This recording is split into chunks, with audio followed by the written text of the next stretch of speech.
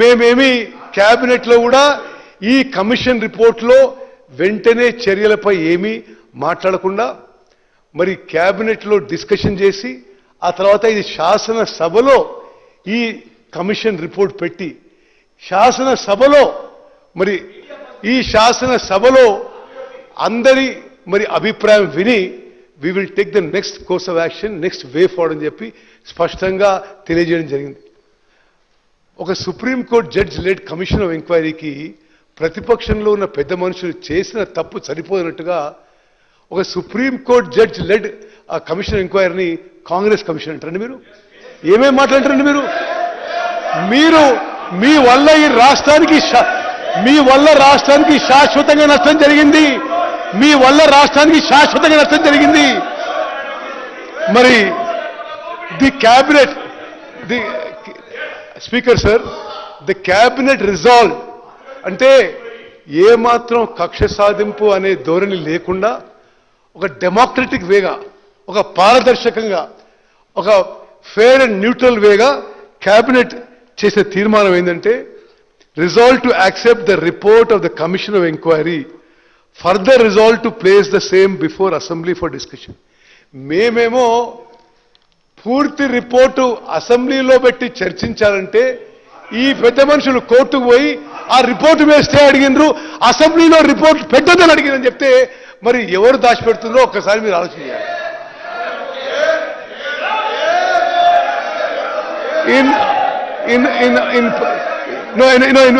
Speaker sir, let me finish. No, 1 minute. In pursuant to, no, I'm not yielding. In pursuant to the cabinet resolution, the report of the commission of inquiry is herewith placed in the legislative assembly. The summary of findings of the commission of inquiry as obtained in pages 563 to 560 is laid on the table of the house. The conclusion on the terms of reference of the commission of inquiry as contained in pages 630 to 645 are reproduced verbatim below for ready reference. And Adhyaksha, full report మేము చాలా పారదర్శకంగా అందరికీ ఇచ్చేయడం జరిగింది. మరి ఇందులో ఆ commission రిపోర్ట్లో కొన్ని మెయిన్ ఇష్యూస్ నేను చదివి వినిపిస్తా. This supreme court judge led commission of enquiry has said as a summary, అంటే మేము ఏమాత్రం కక్ష సాధింపు ధోరణి లేదు, ఒక పద్ధతి ప్రకారం, ఒక ప్రొసీజర్ ప్రకారం, ఒక డెమోక్రటిక్గా, ఒక ప్రజల ముందుకు వచ్చే విషయం ఈ కమిషన్ ఆఫ్ ఎంక్వైరీ ఏ విధంగా మరి ఫంక్షన్ అయిందో, ఏ విధంగా అందరికీ అవకాశం ఇచ్చిందో తెలంగాణ ప్రజలందరూ గమనిస్తారు. The judicial commission has stated it is the then chief minister who can be directly and also vicariously made accountable for the irregularities and the illegalities in planning, construction, completion, operation and maintenance of the 3 barrages. ఆనాటి ముఖ్యమంత్రి direct responsibility ఉందని చెప్పి, accountable అని చెప్పి మరి judicial commission of enquiry has given a report. ఈ మా మాటలు కాదు, నేను ఒక్క మాట కూడా అటు ఇటు చెప్తలేను. ఆ కమిషన్ ఆఫ్ ఎంక్వైరీ రిపోర్ట్లో ఉన్న మాట యథాతథంగా చెప్తున్నాను. మరి it is for the government to examine, to take action against them in accordance with law. Speaker sir, మీ ద్వారా యావత్ తెలంగాణ ప్రజానాయకానికి మరి తెలియజేస్తున్నాం, ఈ ప్రభుత్వం ఏమాత్రం కక్ష సాధింపు చర్యలకు పాల్పడలే విషయాన్ని మీరు గమనించాలి. క్యాబినెట్లో ప్లేస్ చేసినాం, చర్చించినాం, క్యాబినెట్లో శాసనసభలో ప్లేస్ చేసి అందరూ చర్చించడానికి అవకాశం ఇస్తామని చెప్పినాం. ఆ తర్వాతనే చర్యలు if any will be there అని చెప్పడం జరిగింది. మరి ఇంతకంటే పారదర్శకంగా, డెమోక్రటిక్గా, ప్రజాస్వామ్యంగా ఇంకో ప్రభుత్వం ఉంటుంది అనుకున్నాం. అధ్యక్ష, ఆ కమిషన్ ఆఫ్ ఎంక్వైరీ కొన్ని మెయిన్ పాయింట్స్ నేను యాజ్ ఇట్ ఈజ్, అంటే నేనేమి ఇందులో ఒక్క వర్డ్ కూడా నాది కాదు, ఇది సుప్రీం కోర్ట్ జడ్జి లిఖితపూర్వకంగా ఇచ్చిన అభిప్రాయం. To enquire into the negligence, irregularities and lacuna in planning, designing and construction of Medigadda, Annaram and Sundilla barrages.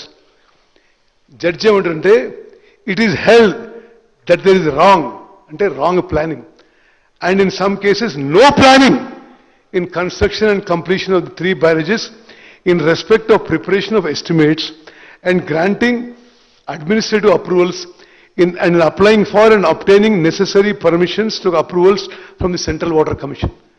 Speaker sir, మీ ద్వారా యావత్ తెలంగాణ రాష్ట్రానికి తెలియజేసుకున్నాం.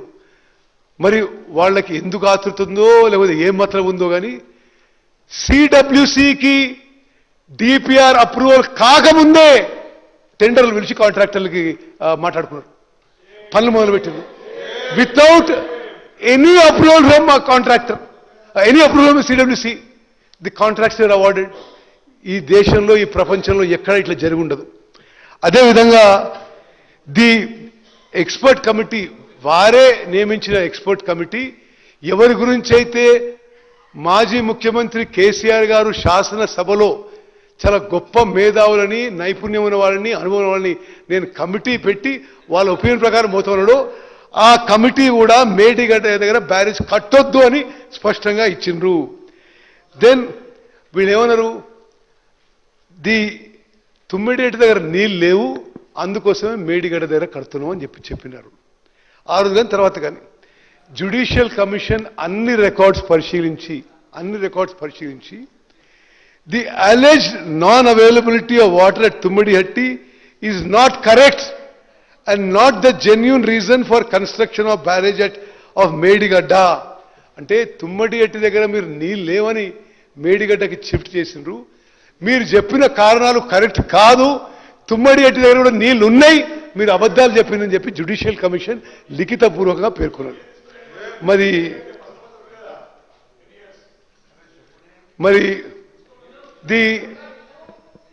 the decision of this is I am reading exactly the Judicial Commission report.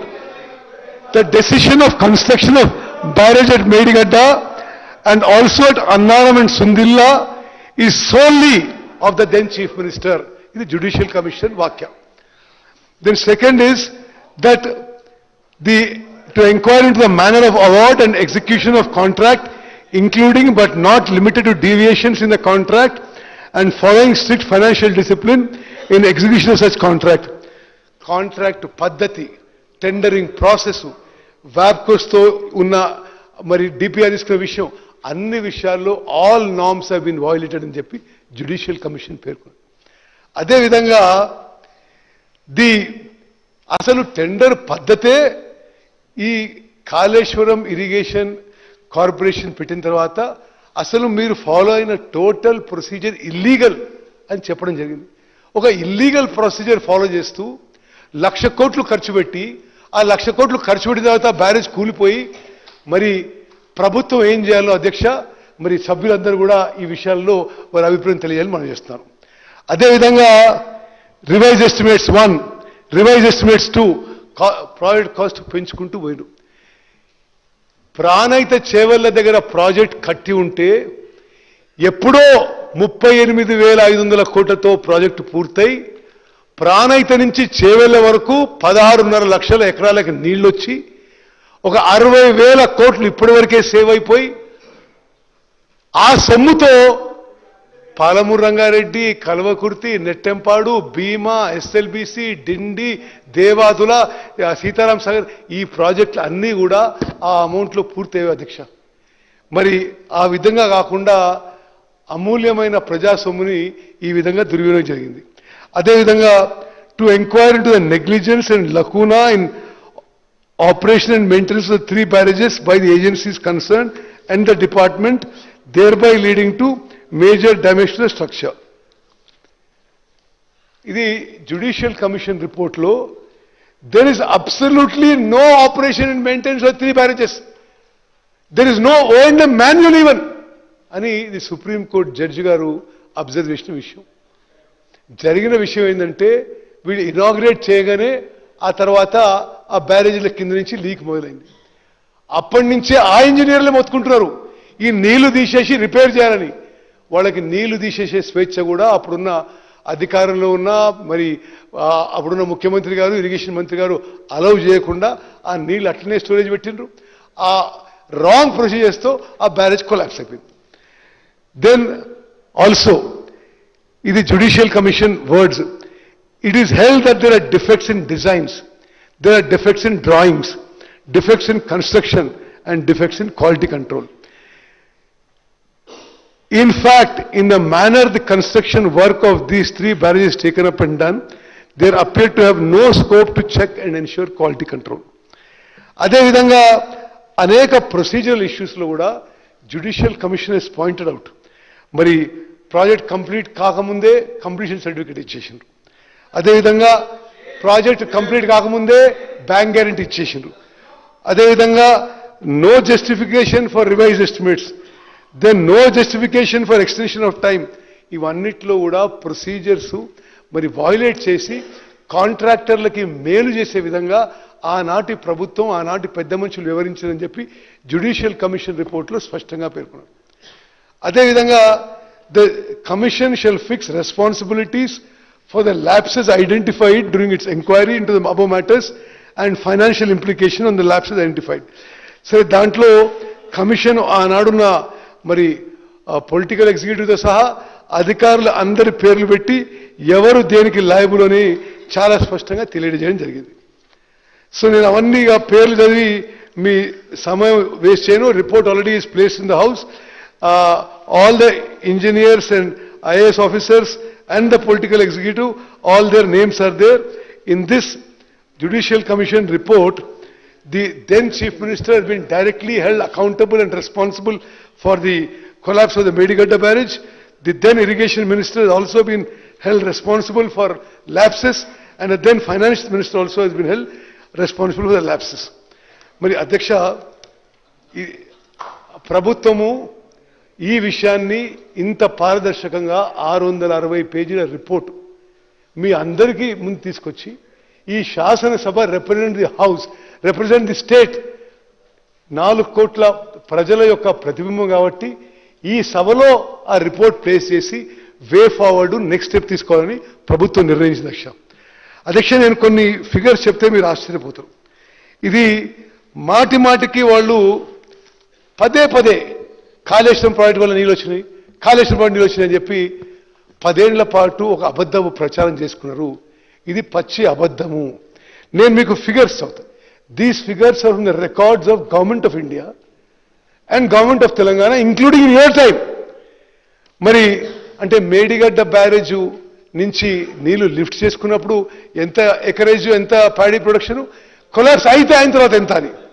మరి 2021-22లో ఖరీఫ్ పంటలో 58 లక్షల ఎకరాలు, మరి రబీ పంటలో 31 లక్షల ఎకరాలు, మొత్తం 90 లక్షల ఎకరాలు.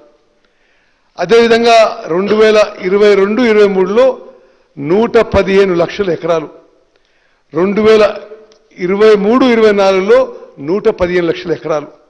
మరి మేము అధికారంలో వచ్చిన తర్వాత మేడిగడ్డ, సుందిల్లా, అన్నారం బ్యారేజ్ నుంచి ఒక్క చుక్క నీళ్లు ఉపయోగించకుండా మా హయాంలో ఖరీఫ్ అండ్ యాసంగి కలిపి 121 లక్షల ఎకరాలులో వరి వండిందని చెప్పి మేము చాలా సంతృప్తితో, సాటిస్ఫాక్షన్తో మనం చేస్తాం. అదేవిధంగా అధ్యక్ష, amount of paddy production before Medigadda collapse, Medigadda నుంచి మేము నీళ్ళు తీసుకొచ్చి మరి అక్కడి నుంచి ఇక్కడ మొత్తం కాళేశ్వరం నీళ్ళు నింపేస్తామని చెప్పారు.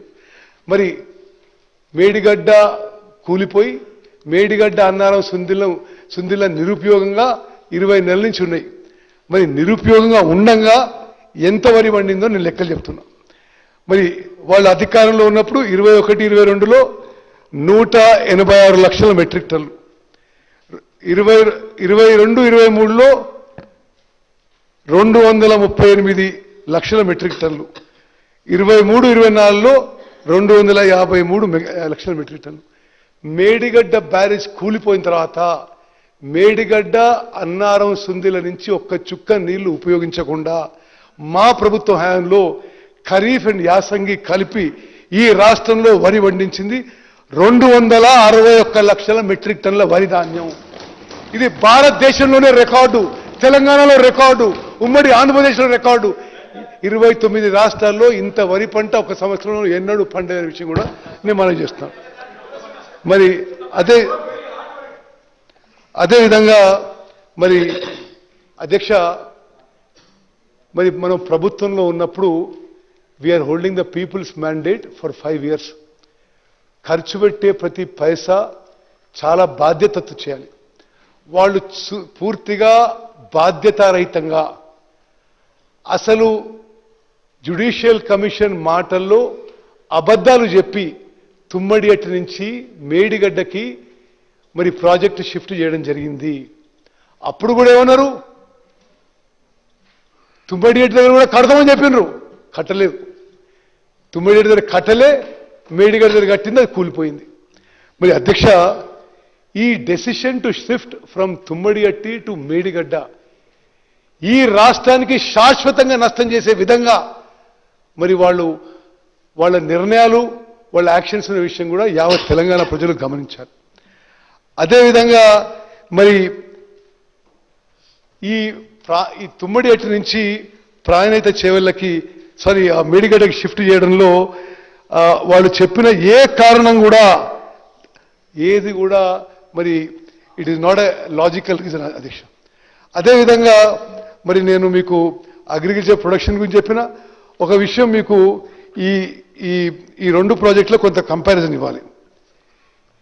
ప్రాణహిత చేవెళ్లలో ప్రాజెక్టు కట్టి ఉంటే ఆల్రెడీ 38,000 కోట్లలో 11,000 కోట్లు ఖర్చు అయిన పని అయింది, 30% పని అయింది. అంటే ఇంకో 66% పని అయితే ఈరోజు 16.5 లక్షల ఎకరాలు మరి ప్రాణహిత నుంచి చేవెళ్ళ వరకు నీళ్ళు వచ్చే వ్యవసాయానికి, హైదరాబాద్లో డ్రింకింగ్ వాటర్ వచ్చేది, మరి అదేవిధంగా ఇండస్ట్రియల్ యూస్కి వాటర్ వచ్చేది. అది వాళ్ళు వదిలిపెట్టేసారు. మరి మీకు కొన్ని విషయాలు చెప్పాలి అధ్యక్ష, మీ ద్వారా యావత్ తెలంగాణ ప్రజానీకం తెలవాలి. ప్రాణహిత చేవెళ్ళలో ప్రాజెక్టులో 70 కిలోమీటర్లు గ్రావిటీతో వచ్చిన తర్వాత కేవలం 19 మీటర్ల లిఫ్ట్ ఉన్నది.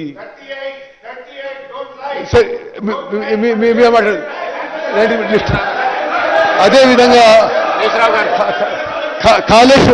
కాళేశ్వరం ప్రాజెక్టులో హరీష్ రావు గారు మీరు మాట అవసరం లేదు, మీరు కట్టిన ప్రాజెక్ట్ కూలిపోయింది మీరు మాట ఎట్లా? ఓకే. అదేవిధంగా టోటల్ పవర్ డిమాండ్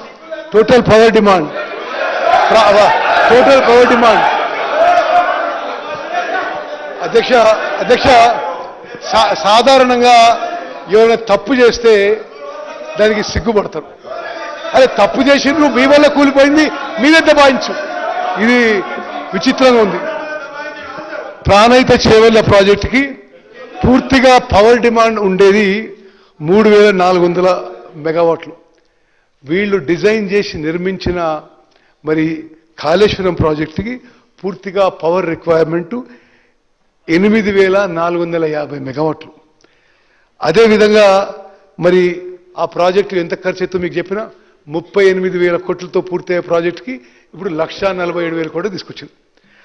అదేవిధంగా మరి వాళ్ళ హయాంలో అంటే ఆ కాళేశ్వరం ప్రాజెక్టు నడపడానికి ఎంత కాస్ట్లీ ఉంటుందంటే మీకు చెప్తున్నా, అసలు ఆగిపోయింది. ఇప్పుడు ఆగిపోయిన ప్రాజెక్టులో కూడా ఇప్పుడున్న పవర్ డ్యూస్ అంటే నడిపించిన పంపులకి పవర్ డ్యూసు కాళేశ్వరం ప్రాజెక్టుకి ఇప్పుడు ఇరిగేషన్ శాఖ కాళేశ్వరం ప్రాజెక్టులో నీళ్లు లిఫ్ట్ చేసినందుకు ఇరిగేషన్ శాఖ ఎలక్ట్రిసిటీ శాఖకి కట్టాల్సిన అమౌంట్ 9,735 కోట్లు.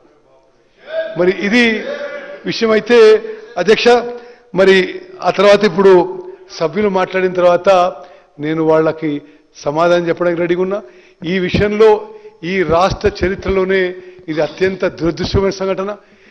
స్వతంత్ర భారతదేశంలో ఇటువంటి మ్యాన్మేడ్ యాక్సిడెంట్, ఇటువంటి ఫైనాన్షియల్ డిజాస్టర్, ఇటువంటి కెటాస్ట్రఫీ ఏ రాష్ట్రంలో జరగలేదని చెప్పి విషయం మనవి చేస్తూ మరి జస్టిస్ ఘోష్ కమిషన్ ఆఫ్ ఎంక్వైరీపై మరి చాలా స్పష్టంగా అందరూ కూడా మేము ఆ ఫుల్ రిపోర్ట్ కూడా ఇవ్వడం జరిగింది. మరి మీ అభిప్రాయాలన్నీ విన్న తర్వాత ముఖ్యమంత్రి గారు మరి ముందస్తు కార్యాచరణ యాక్షన్ ప్లాన్ కూడా ప్రకటిస్తారని చెప్పి నేను మనవి చేస్తాను. ధన్యవాదాలు.